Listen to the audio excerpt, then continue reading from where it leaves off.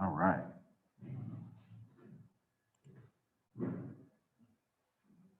Hallelujah. All right. So you guys that tuned in yesterday, or yesterday, seemed like it was yesterday, last Shabbat, we dealt with salt and light, right? And we talked about several different things. Well, we're in the same vein this week on this Shabbat.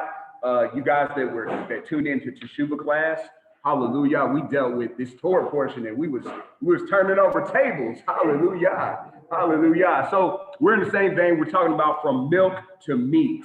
From milk to meat. Oh man, like I'm gonna try to contain myself, but when the Ruach of worship is in the building like it is right now, it's hard for Maury Ray to contain himself.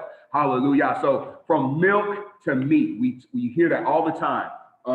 When you're talking about people, well, we talk about baby, we're gonna deal with babies, children, hallelujah, but we got to get to some adult things, hallelujah, and deal with what all this means. There has to be a transition that happens,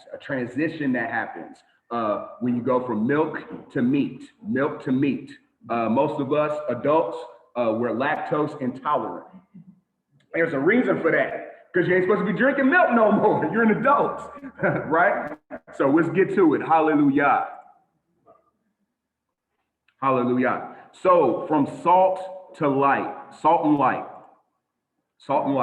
In our last lesson, we dealt with the uniqueness of salt and light in the teaching of Yahusha, who some call Jesus, in Matthew chapter 5, right?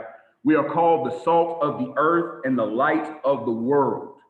Salt brings flavor, but also preserves that which it is applied to. No offering was to be made without salt. Being a light means bringing illumination to all, to that which is in the dark, or to all that is in the house, right? Even Yah called the light out of darkness in Genesis chapter 1, which was the first act of Teshuvah. Being the light also means being the menorah for those that are in the shadows, meaning we must make sure we radiate the light of Torah or Mashiach properly. In today's lesson, as Shavuot grows ever closer, we will delve deeper into the salt and light with from milk to meat. Let's go. All right. Hallelujah. The weaning of Isaac. Now, I try not to leak some of this stuff before when the Most High has me in a vein. I kind of try to stay in that vein. I don't want to leave. I might stay in there for a week, 2 weeks, 3 weeks, a month, 2 months. It all depends on how the Most High leads me. But the weaning of Isaac is very important. When we read the narrative in Torah, we kind of just read through it, because guess what? Most of us, we're just reading it in English. The weaning of Isaac. You need to pay close attention to whenever the Bible uses a word like wean, it means something, because we don't do that nowadays. People don't wean. There was a book when my wife was pregnant with our daughter, and it was called What to Expect When You're Expecting. When you're expecting something, you plan for things. You get things together. You get things in order. My job as the husband, as the father, I had to make sure I had this bag ready. So when the water broke, we was ready to go. Not ready to go, we was ready to go, right? So you got to make sure all these things are together and ready. So when times come, you are available and are ready to move, right? So the weaning process is dealing with when a child is weaned away from the milk of his mother, because they didn't have Similac back in biblical times, right? All children were weaned from their mother. They had to be weaned and nursed from their mother, right? Okay, let's get deeper. Okay, the child grew. This is Genesis 21:8. So if you have your Bibles or you're taking notes, pay close attention to this. All these words are very, very, very important, right?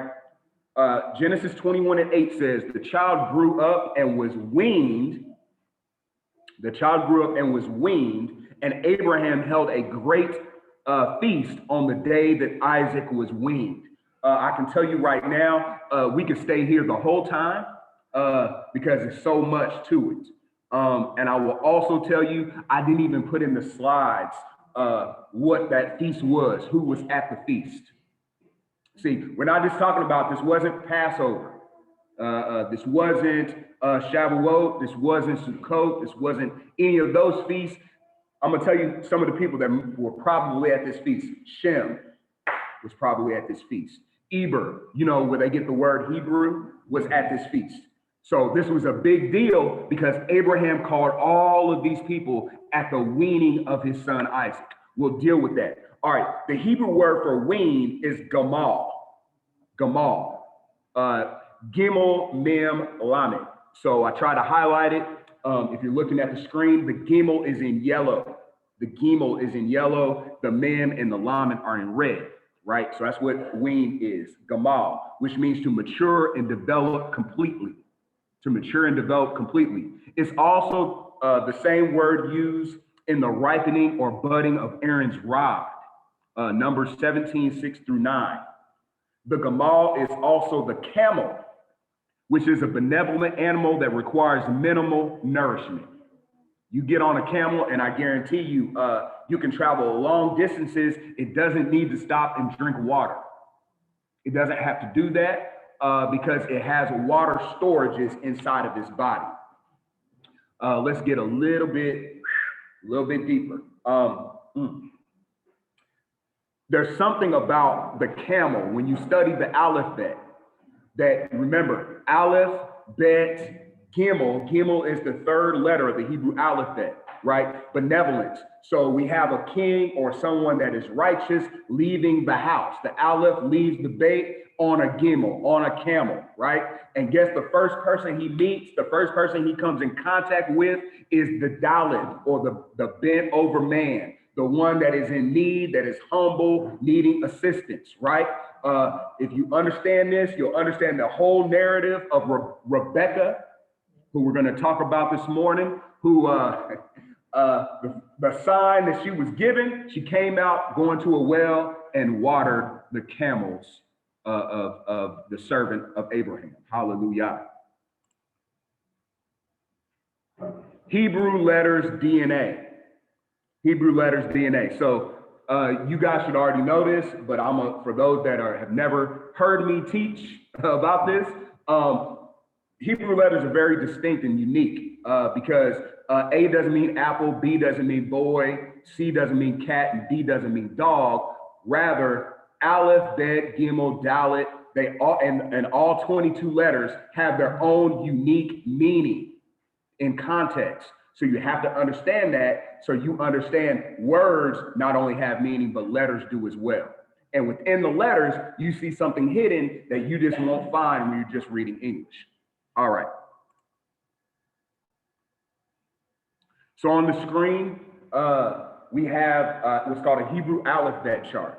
Hebrew alphabet chart. So just like when you went to school and the teacher had the ABCs on the around the room and all that stuff by the board, this is what the Most High left for us. If you want any text to help you with that, you should turn in your Bibles to Psalm 119. It's divided to the 22 letters of the Hebrew alphabet. Divided into 8 portions. It's the longest chapter in the Bible, 176 verses. All right. So GaMaL, Gimel, Mem, Lamed, right? The Gimel is the foot or the camel's foot, and it means to provide, right? To provide something or someone with something, right? To give something. It's a benevolent animal. It's come bringing gifts. It comes bearing gifts. Watch this. The Mem, obviously we know it can mean chaos.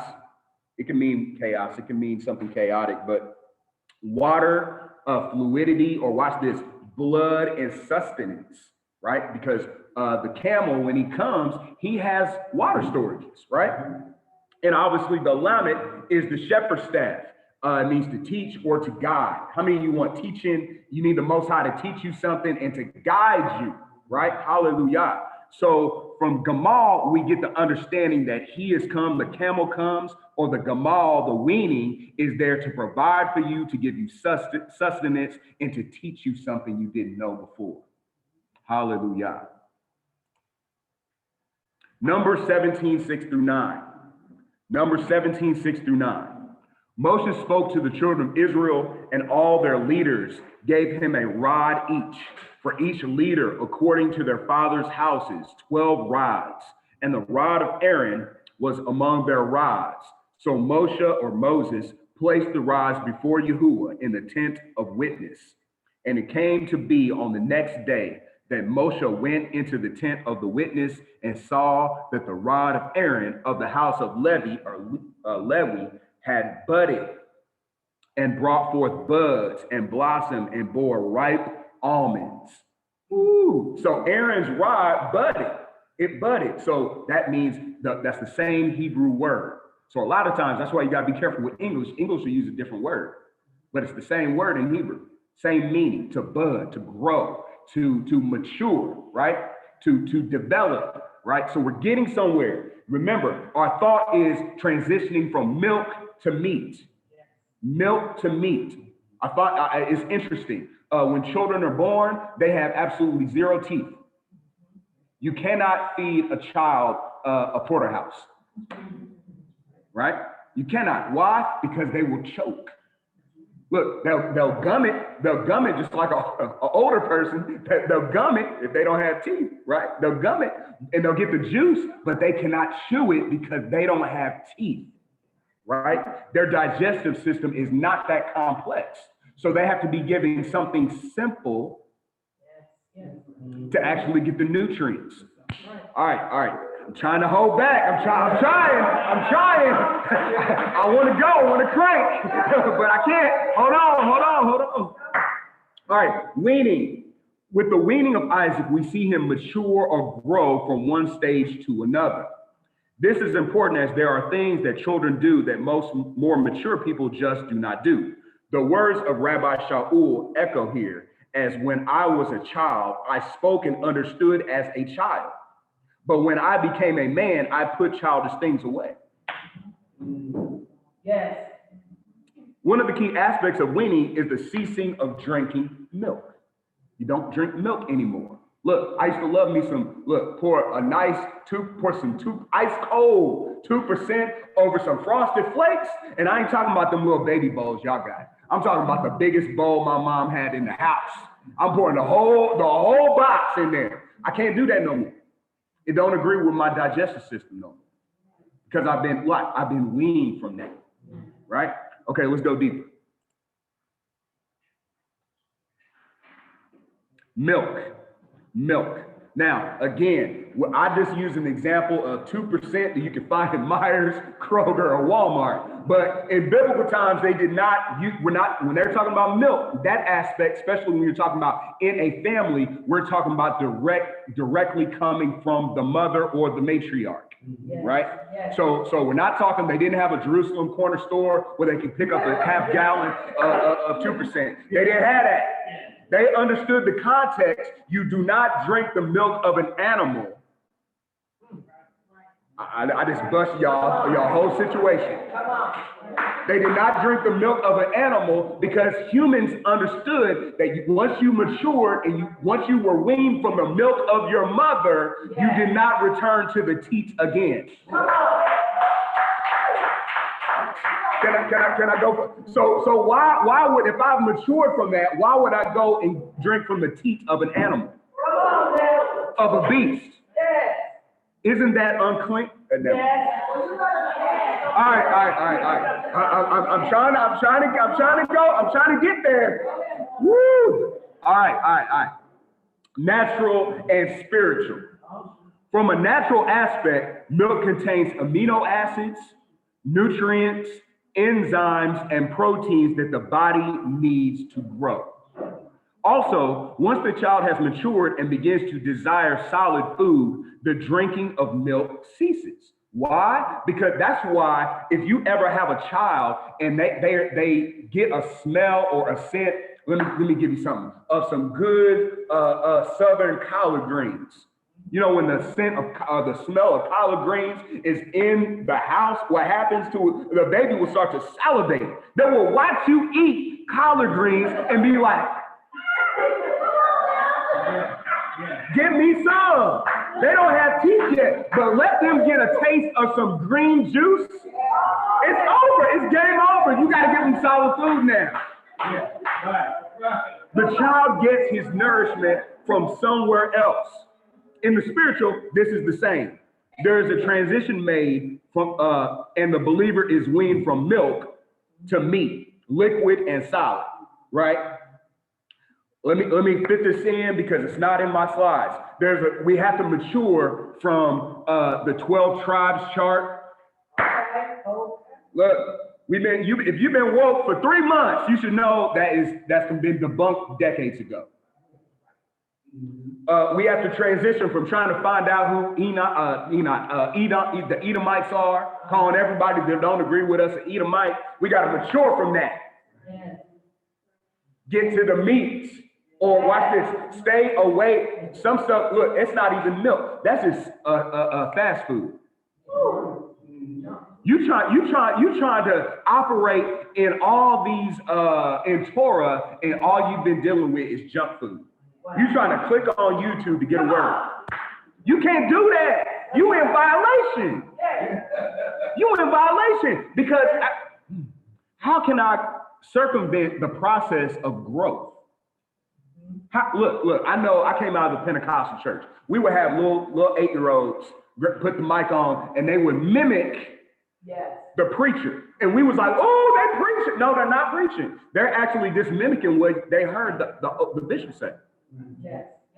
That's what we're doing. See, we claim to be away from the church or out of a religion, but we still smell like that. And we got to get out of that. You still smell like Egypt. You out of Egypt, but get all the way out. We got to be completely weaned. All right. Watch this. 1 Samuel chapter 1, verses 22 through 23. But Hannah went not up. Pay close attention to the word play. All right. Hannah went not up. Remember, Hannah was barren, right?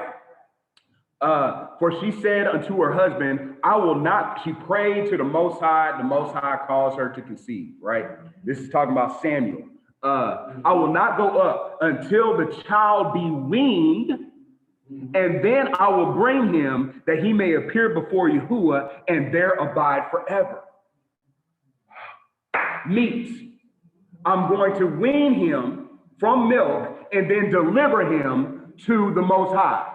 Once the weaning process is over, there's no going back. You cannot watch this. Nicodemus said, how can a man be born when he is old? Can he enter the second time into his mother's womb and be born? That don't make no sense. You're a grown man asking this foolish question. But the Mashiach put it like this. He said, you're a master in Israel and you don't know this? See, once you experience the meat of Yah, the truth of Yah, look, as much as I don't care where I'm at, I can't go back to the Word Network. I can't go back to Daystar and TBN. I've been woke. I done spent time with him. Why would I go back to Lodabar? Come on now. What in the world are we talking about? Why? I've been free. Why am I putting the shackles back on? Trying to get a word. Trying to soundbite Jakes. Okay. Trying to soundbite Osteen. Trying to soundbite these. No. You're supposed to be woke now. We got Torah now. We got instruction now. We got the Mashiach now. So why would I go back to that which he has freed me from? Watch this. Let me precept it with Torah. Why, if he's freed me from unclean beasts, right? Why would I go back and dine with? Why would I go back? Why am I going to go back and eat what the swine eat? Come on now. See, I just made. So good. Jake's is your favorite boy. Why would they go back and eat what the swine eats? Because the swine eat defecation. The swine will eat their own. But why would I go back and eat what they eat? Thinking that, some of y'all have said it. Well, I'm woke, but the Most High can use anybody, so they might say something and it might speak to my ruach. No! You all the way lost in your mind. You can't expect to get a clean thing out of an unclean thing. It's not going to happen. You got to be complete. Come out of her, my people. You got to come out. You don't have time to be involved in intermingling with the madness. Because when judgment comes, hello, Sodom and Gomorrah, if there be 50 righteous, will you do? No, not for 50 righteous, but for 10 righteous. Look, Lot, he was going to destroy the whole, with Lot included. That's why you got to read the text. He was going to kill Lot. He was going to kill Lot if it wasn't for Abraham's prayer.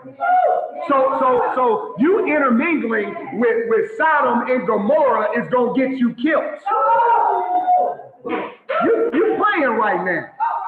All this revelation going forth, and you still acting like it's all, well, we just come on and get together. All right, you're going to get got. As the days of Noah were, so shall this coming of the Son of Man be. They were eating and drinking, marrying and giving in marriage till the flood came and took them all away. That means, that don't mean no rapture. That means they got killed, drowned, destroyed, wiped out, obliterated. So if you plan on being obliterated, stay in Lodabar. Stay doing what they do. Stay on the Word Network. Stay on TBN. Send your offerings. Send your tithe monies. Do you hear me? All right, I gotta go. Elkanah, her husband, said unto her, do what seemeth thee good. Tarry until thou hast weaned him. Only Yahuwah establish his word. So the woman abode and gave her son suck until she weaned him. Yes. Meaning she weaned him off the teats. Yes. She weaned him off. So now I've got to get him away so he understands solid food, and now I can give him to the Most High. Wow. Now he can grow. Now and we know there's growth because if you continue to read the story, he didn't even recognize the voice of the Most High when the Most High spoke to him. If he was still drinking milk, he would have never heard. Woo. See, we get into prophets, prophecy, and everything. You have to understand this because you're asking the Most High to circumvent his process while you're still drinking Similac. You're getting choked on Similac. No, this is not hard. Just do what he says. Follow his teaching, follow his instructions, follow his leading in the Ruach HaKodesh. If you would just do it and be obedient, he will open up doors of understanding for you. But if you try to circumvent, he can't, he's not gonna break the wheel. He's not gonna do that. He just don't get down like that. Everything is by process. Hallelujah. Watch this. 1 Peter 2:2, we're going to get to this later as well, but I put it in here twice. As newborn babes. Ding, ding, ding, ding. Newborn babes. Desire the sincere milk of the word that you may grow thereby. Ain't nothing wrong with milk. See, it's right here in the word. Understand, this is what's called epistole. Those that took apologetics class, you should already know this. This is a letter. This is not a book. So you have to understand, Peter is referencing something in Torah that you got to pay attention to. It's evident that before we are ready for solid food, we must drink milk first as to not choke on anything that is too much for us. That is how we grow. We must dine on what our digestive system can handle. So if I can only handle, let me see, the alphabet chart, stay there. If I can only handle, let me see, the Torah portions, stay there. If you can only handle just, the Father's just leading me to stay in Deuteronomy. Stay in Deuteronomy.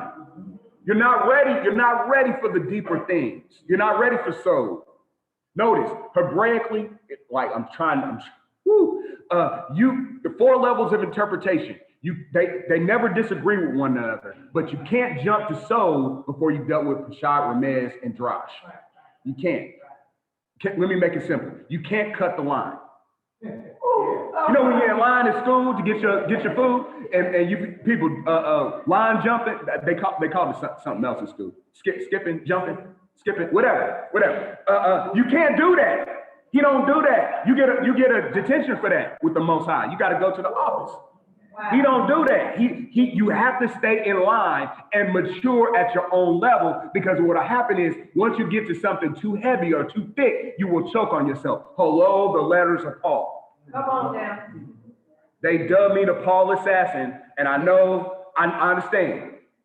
But you can if you're trying to get revelation from Ephesians, that's your first mistake. If you're trying to get a revelation, he said in Galatians 3:10, woo, it's a curse to be under the law. You are foolish. You don't know what he meant. How do I know that? Because Paul kept a Nazirite vow in Acts 21. All right, so let's go deeper. Oh man, I love talking about these two. These two are like if y'all don't spend your time talking about the bruhs. I appreciate the bruhs, but the matriarchs, the sisters, woo! You're gonna learn a lot about Torah by studying them. So the revelation of Sarah and Rebecca, right? The matriarchs. Sarah and Rebecca are the first two matriarchs within Torah. They are very important to the foundation of the Israelite people, as they are the mother and wife of the patriarch Isaac. They represent the passing of the covenant from Abraham to his posterity. Also, they represent Isaac's transition from reception to giving.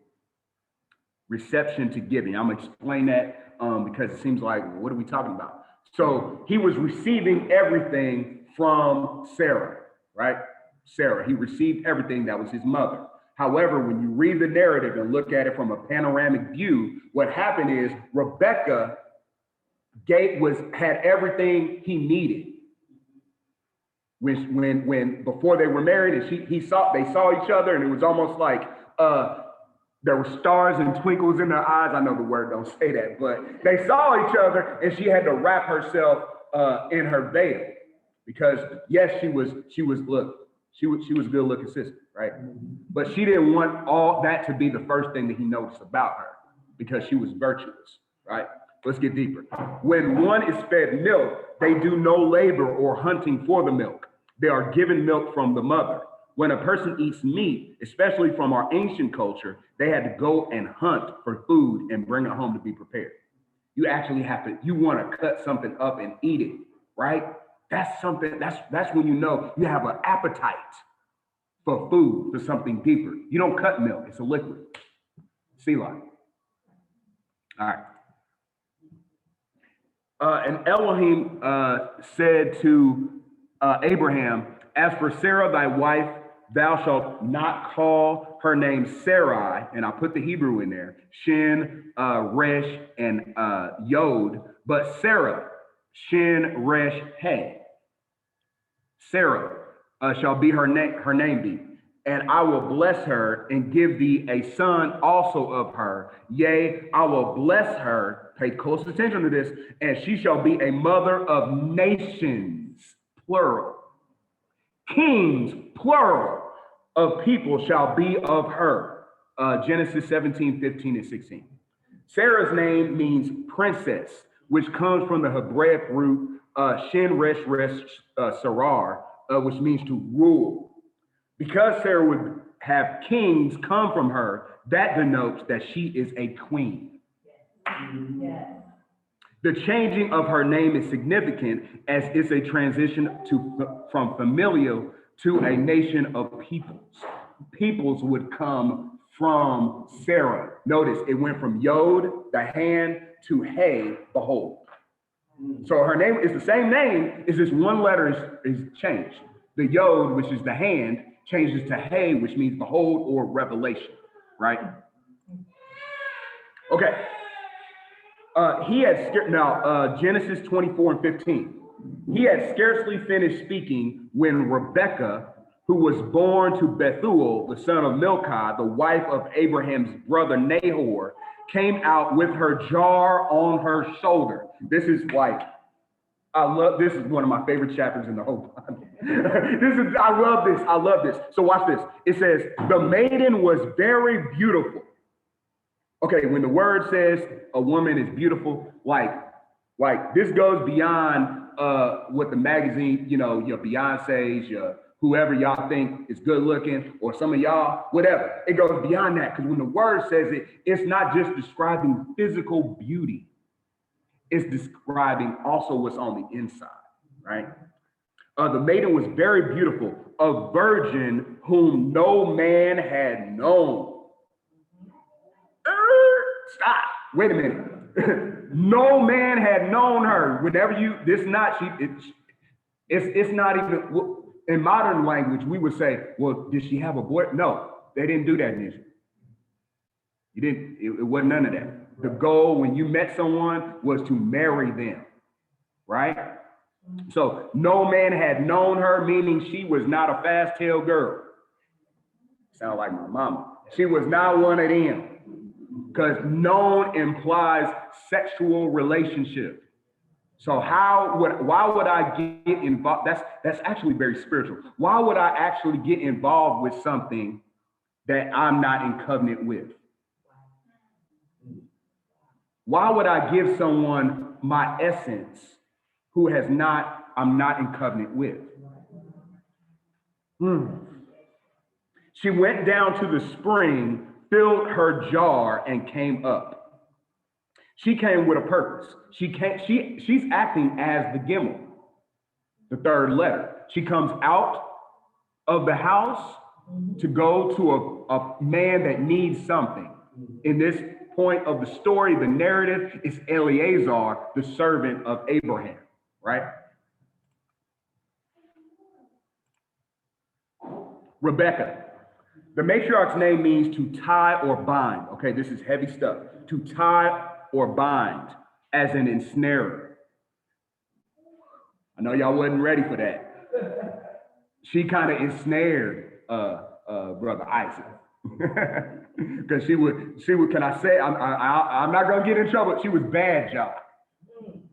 But it was when you read the narrative, he needed that because he was dealing with the death of his mother. All right.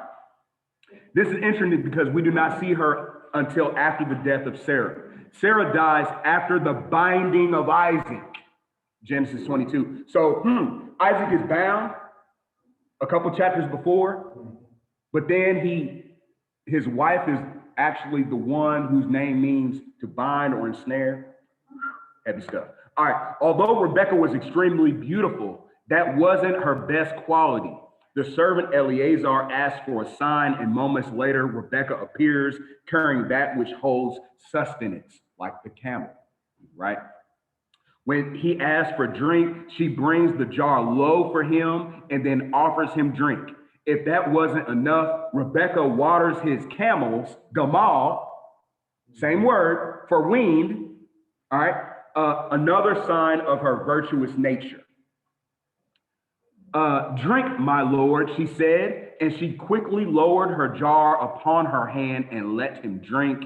And when she had done giving him drink, she said, I will draw water for thy camels also until they are done drinking. Virtuous woman, right?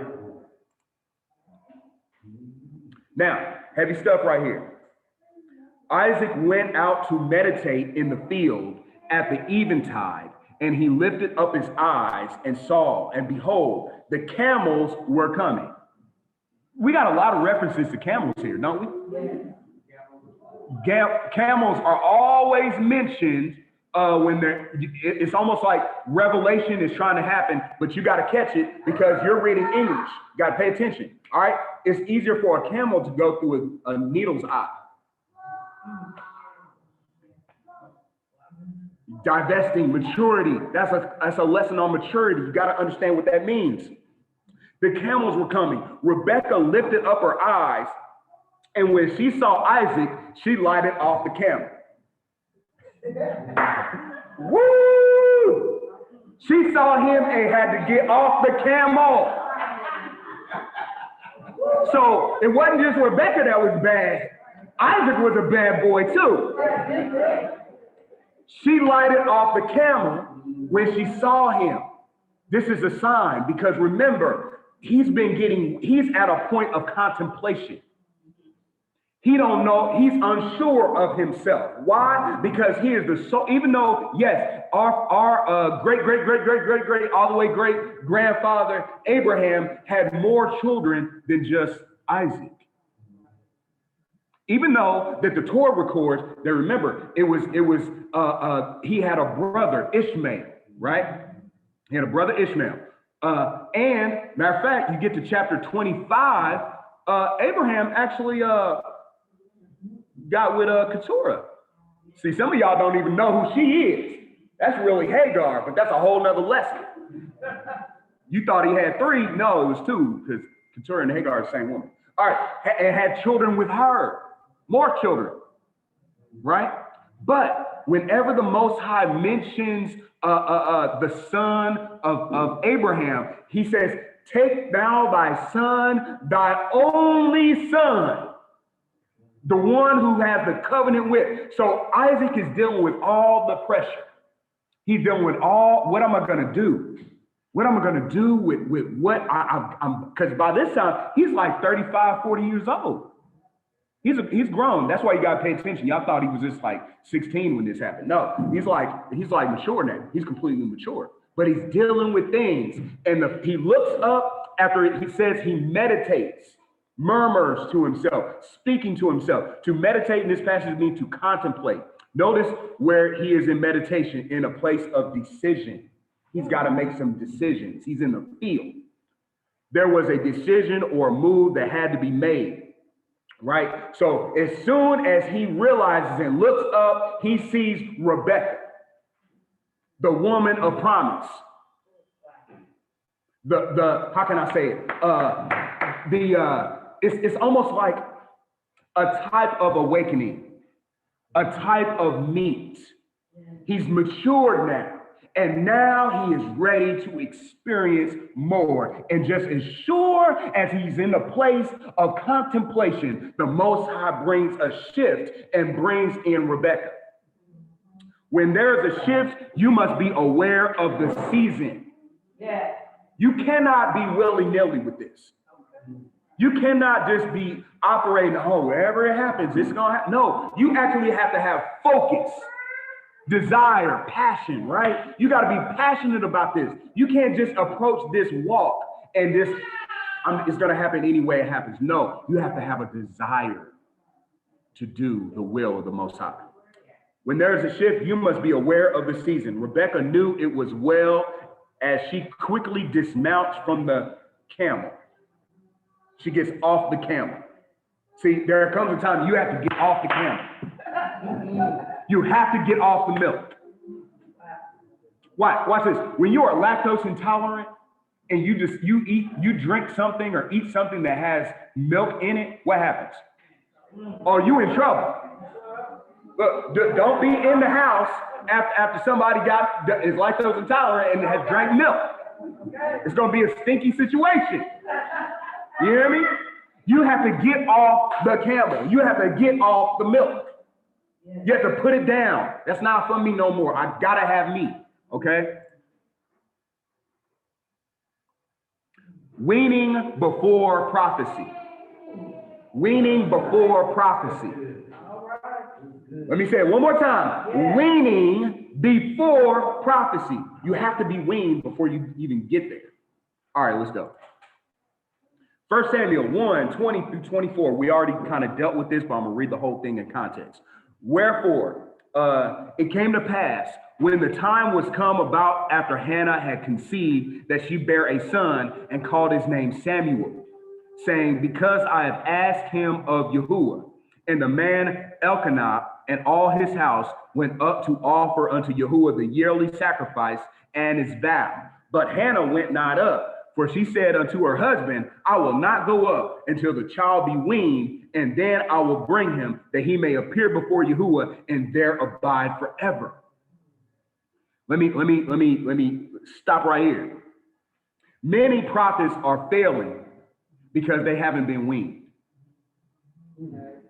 They haven't been weaned.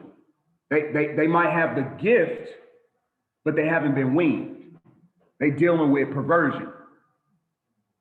Many pastors can't operate in their calling because they are still, they haven't been weaned.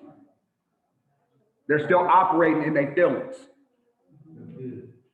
And can I use a cultural reference, a modern reference? Sister Ken, they in their feelings like Drake. Let me go back further. They emotional like Mariah. Do you understand what I'm saying? Like they have not transitioned completely. They still have elements of their former life working in them, right? And Elkanah, her husband, said unto her, do what seemeth thee good. Tarry until thou hast weaned him. Only Yahuwah established his word. So the woman abode, gave her son suck until she weaned him. And when she had weaned him, notice we're the same word. You keep seeing weaned, that's GaMaL over and over. GaMaL, GaMaL, GaMaL, GaMaL, GaMaL. All right.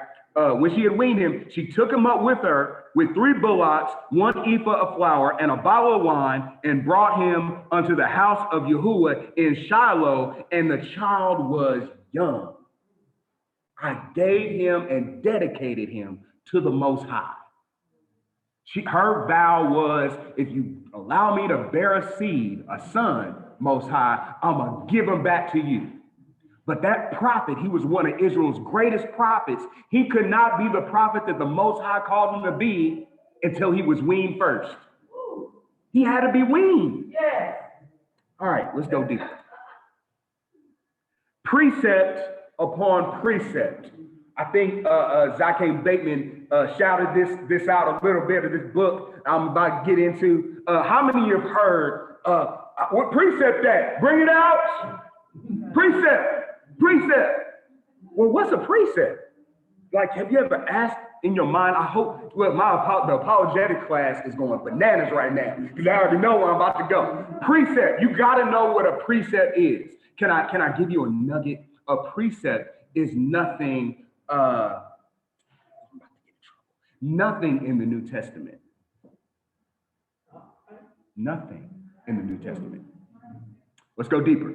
Precept upon precept. Yep. All right, Siri. What is a precept? What is a precept? Right? Precept is a command. It's a command. But pay close attention. Watch this. This is Isaiah chapter 28, verses 9 through 10.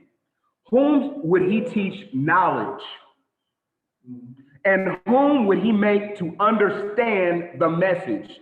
Those weaned from milk, those taken away from the breast. For it is command upon command, command upon command, line upon line, line upon line, here a little and there a little. You know what happens when you don't burp a baby? They vomit. They vomit milk. There's air on their belly. They have to burp. But if they don't burp, they vomit on you and themselves. Read the whole narrative. It says vomit was on all the tables. There was vomit everywhere. See, when you first wake up, you think like this is you woke up from the Matrix and you about to be flying around like Neo, saving the day, waking people up left and right, going into your cousin's house and just shaking them and they gonna start putting on tassels. You think all that's gonna happen. No, what's gonna happen is you're gonna vomit on them and you. The best thing you need to do, shut up.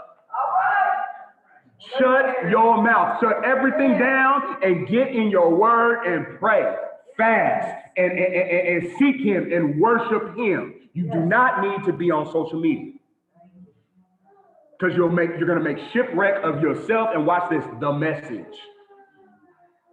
Look, you was holding on to that 12 tribes chart. You hold on to it and you looking at it and all the 12 tribes are in the west. You ain't even dealt with Africa. That's cultural misappropriation right there. That's right. You should know this because all them people, they're not even us. Okay. Come on. You have to know these things and grow up because you're gonna vomit and then you'll be like, you know what? I apologize for teaching this because I was wrong in the beginning of my awakening because in reality it's supposed to be like this. You have to mature, but a child has to be weaned from milk, taken away from the teat, taken away from the breast. You cannot continue to nurse. How are you going to teach? You're not going to be able to understand anything. How can you teach? You can't teach a child. You can't teach someone about the greatness of Ruth Chris when they are all about White Castle. I can't tell you how good St. Elmo's is if all you dine on is Burger King. Come on now. You think Burger King is the best thing? Girl, it was a 5 for 5 for the Wi-Fi. What are you talking about? Girl, oh, I was able to feed all my kids and drinks was free. You think that's a deal?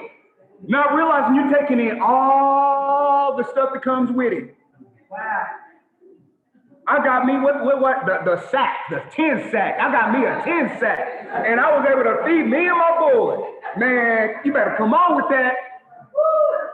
You can't if that's all people are at, they will not understand the deep levels of the scripture like that. Because they've minimized what the Most High can give them. Man, I'm getting like 5 slides ahead. He that has ears to hear, let him hear. You cannot, everybody didn't get it. Rick, how do you know that? Because after the resurrection in Luke 24, he says, then he opened their understanding. They have been waiting for a year and a half. He opened their understanding that they might understand the scriptures. Not the writings of Paul or Peter or James or John. No, the scriptures. From the Torah of Moshe, the writings of the prophets, he opened their understanding that they will understand the scripture. He had to breathe on them. So what are you talking about? You think you got it because some dude been a moray for 3 weeks and ain't never sat under nobody else that you're getting revelation. No. Come on. That's just Christianity repackaged. Somebody started a church and it's hot now. Woo! It's hot. Let me go to their church. No. You need to trade all you did was trade your one stuff in for some fringes. Started saying Shabbat Shalom. Yes. No, you need to come completely out and get right with the Most High. Whom would he teach knowledge? Knowledge meaning something that you can take and glean from and chew on it later. Like a clean animal. You chewing the cud.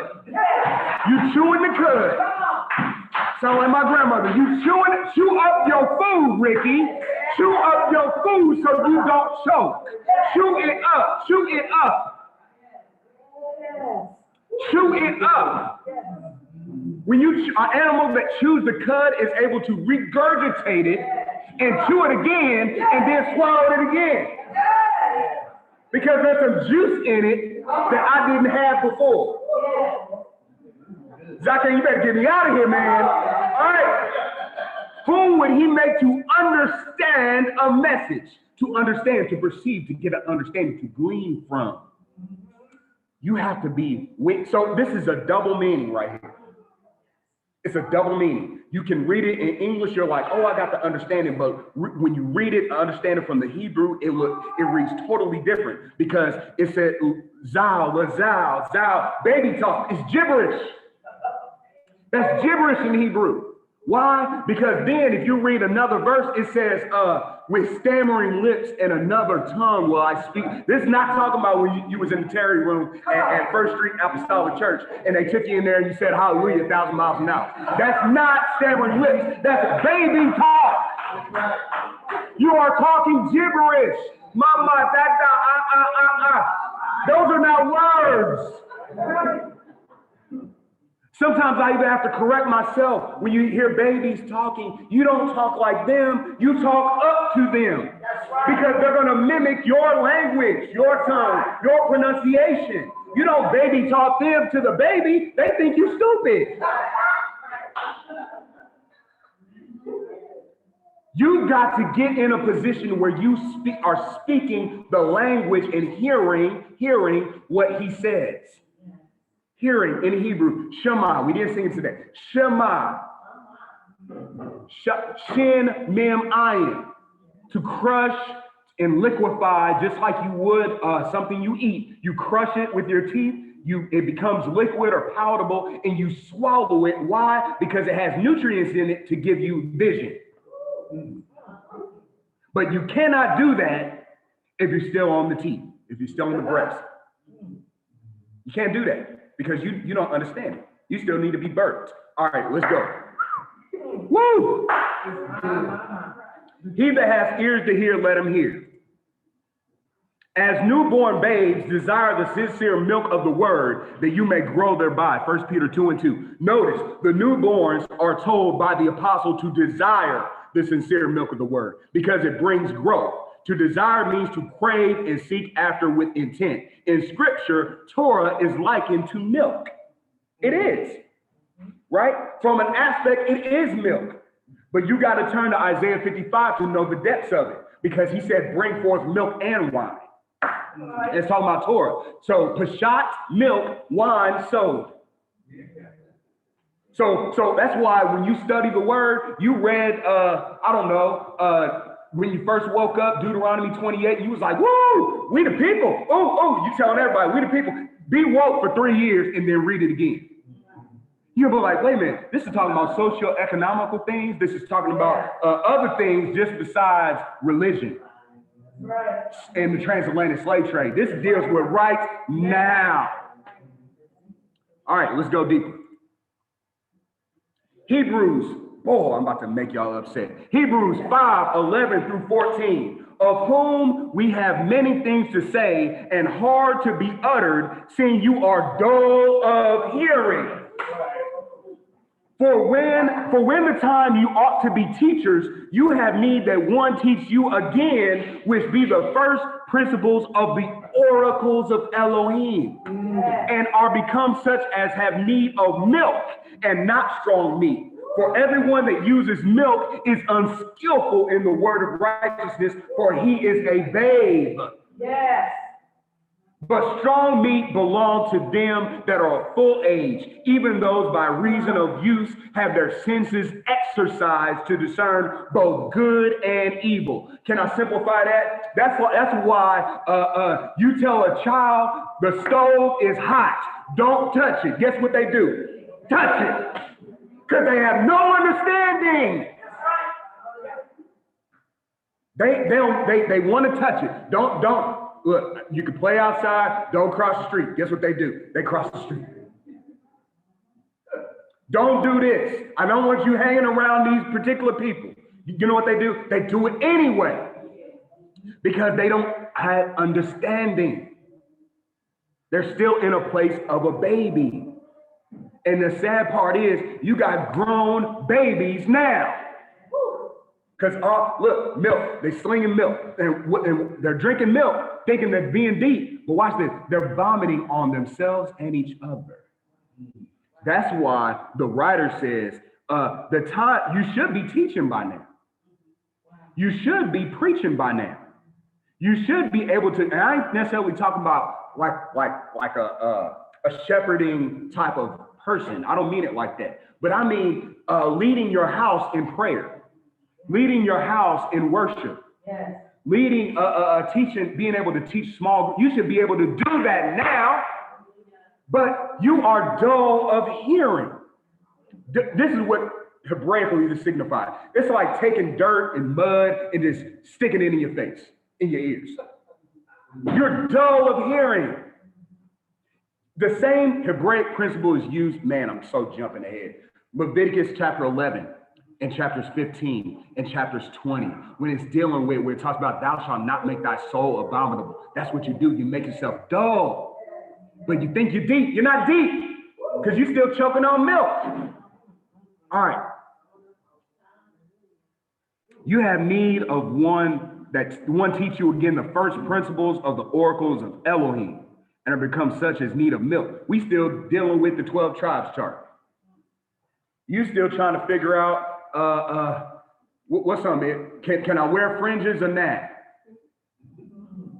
How, Sway? Can I deal with this? Can I do that? Can I do? What can I do? Sounds like the church. What can I do and still be considered saved? How much can I get away with? Ain't that, can watch this, ooh, can the sisters wear pants? Wow. Don't it say in Deuteronomy 22 and 5? Look, milk, that's baby. But how do I can I flip the light on the Sabbath? Can I turn the heat on the Sabbath? I forgot to turn it on when the sun went down Friday. Can I is it okay to do, can the Mishpachah go to what? Tamika, can the Mishpachah go bowling at your assembly? Milk. You have to graduate.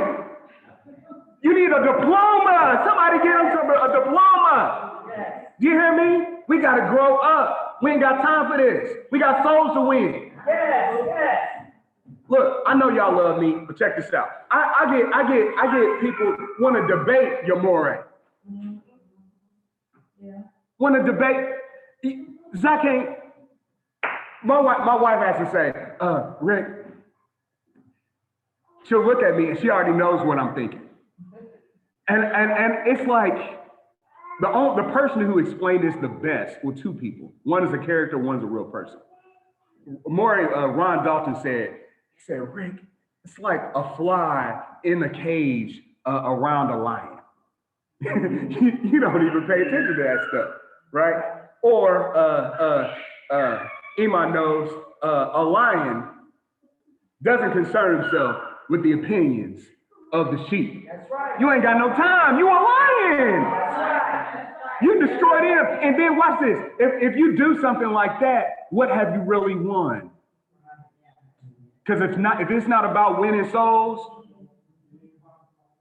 I'm wasting my time. That's right. It's about the kingdom of Yah. I don't have time. I don't like you. Okay, good. Like, get out my face.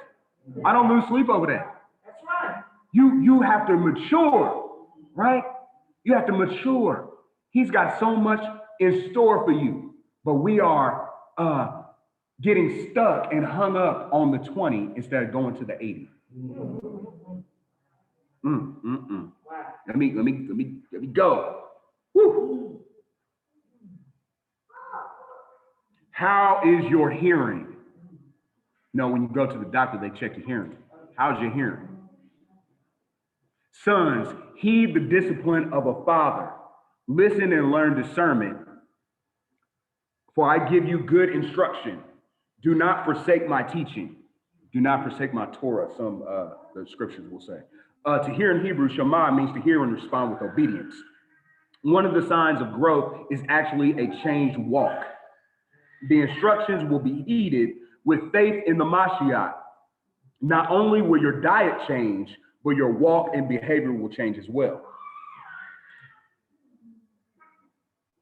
Conclusion.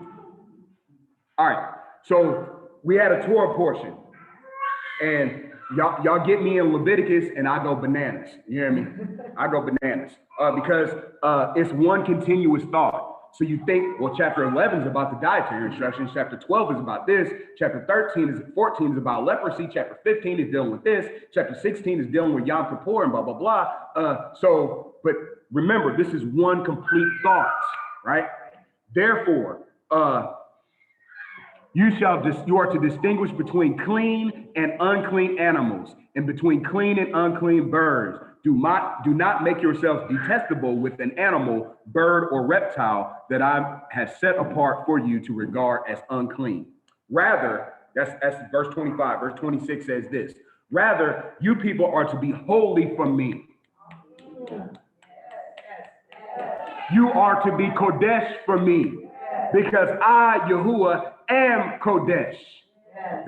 Look, he didn't say, look, on some days I'm Kodesh and some days I'm not.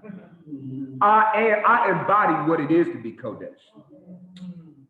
And I have set you apart from the other peoples so that you belong to me. So because you belong to him, you cannot engage, you got to get away from all the milk. All the milk. Take all the milk, take it all up, put it in cat. Just like you took that leaven, you need to take the milky teachings. Get them all out. Look, I use everyday stuff like Word Network, Daystar, TBN to get you to understand. But I ain't talking to a bunch of them. I'm talking to Israel. Get rid of these milky mores. Come on. Milky mores. Milk. You understand what I'm talking about? Milky mores. They dirtier than a nasty old flip flop.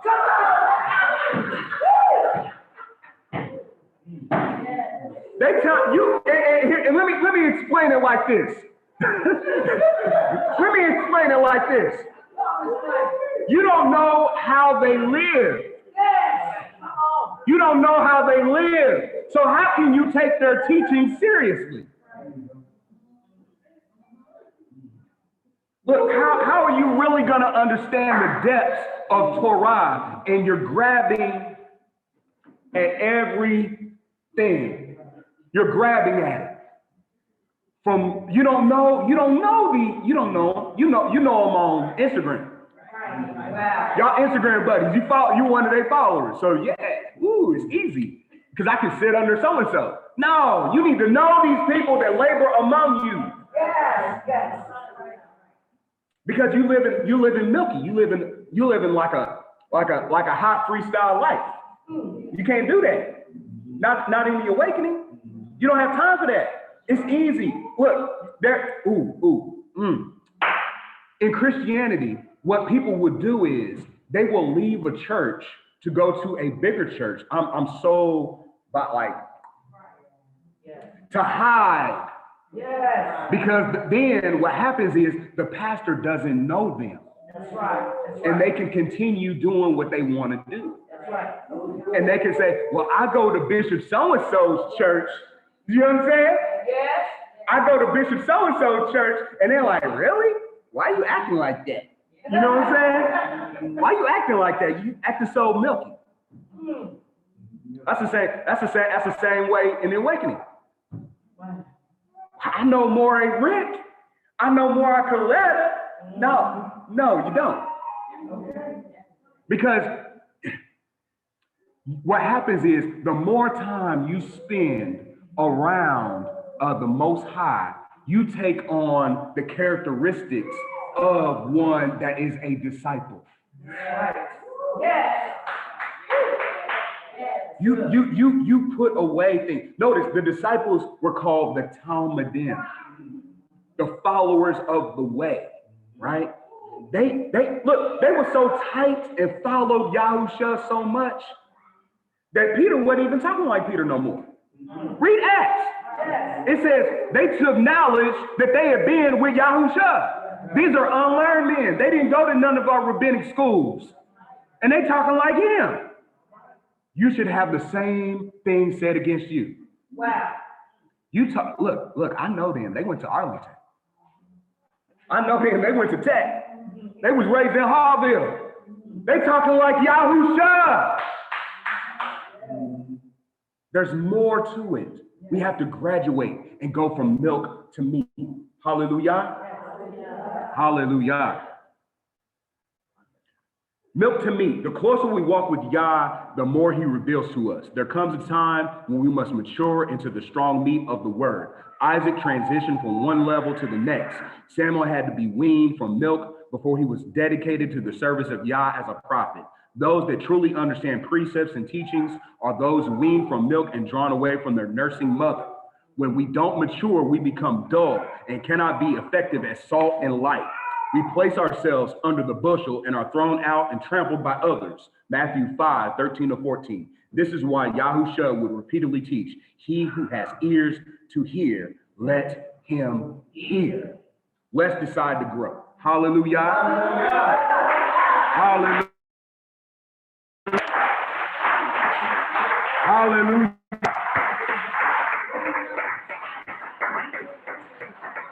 Hallelujah. Woo! Hallelujah. We give Yah all the glory, all the praise, all the honor. Hallelujah. We're gonna have anything? All right. Close with a prayer. You guys in the yeah, we got time. You in the Zoom, stay in. Hallelujah. I'm gonna close with a prayer. Because the Ruach of worship is in the building. Hallelujah. Yes. The Ruach of worship is in the building. If you came in with an issue, with a stronghold, with a malady, with an addiction, you can be free of that. Yes. You should be free already. Yes. You should be free already. So we're going to pray a prayer, hallelujah, believing that the Most High is able to do exceeding abundantly above all that we can ever ask or think. Hallelujah. Most gracious eternal Father, we thank you, Abba Yah, for your grace, mercy, kindness, and peace. We thank you for just blessing your people. We thank you for the Shabbat. We thank you for all that you have done and all that you continue to do. We ask, Abba Yah, that you would move in a mighty way upon your mishpachah, upon your people. Have your way in the midst of Israel, Abba Yah. Make their hearts, make their soil good ground, that it can yield forth a harvest 30, 60, and 100-fold. We appreciate you for all our eyes have seen and our ears have heard. We appreciate you. We appreciate you, Abba Yah, for being in our midst. Hallelujah. We thank you for abiding with us. Hallelujah. Being with us. Hallelujah. We magnify you on today. You get all the glory, all the honor, all the praise. It's about the kingdom of Yah. Hallelujah. And we appreciate you because you're taking us from milk, hallelujah, to meat. We thank you for all things and give you all the praise, honor, and glory in the name of the Most High Yah, Yahuwah Elohim, in the name of the Mashiach, Yahusha, hallelujah. Hallelujah. You all in the Zoom, stay on, hallelujah, for our Q&A, our brief Q&A. But to our YouTube audience, thank you for tuning in to the Great Awakening Assembly Indy. We hope something was said to strengthen you, to empower you, and impact you in your walk with the Most High Yah. Hallelujah. Shabbat Shalom.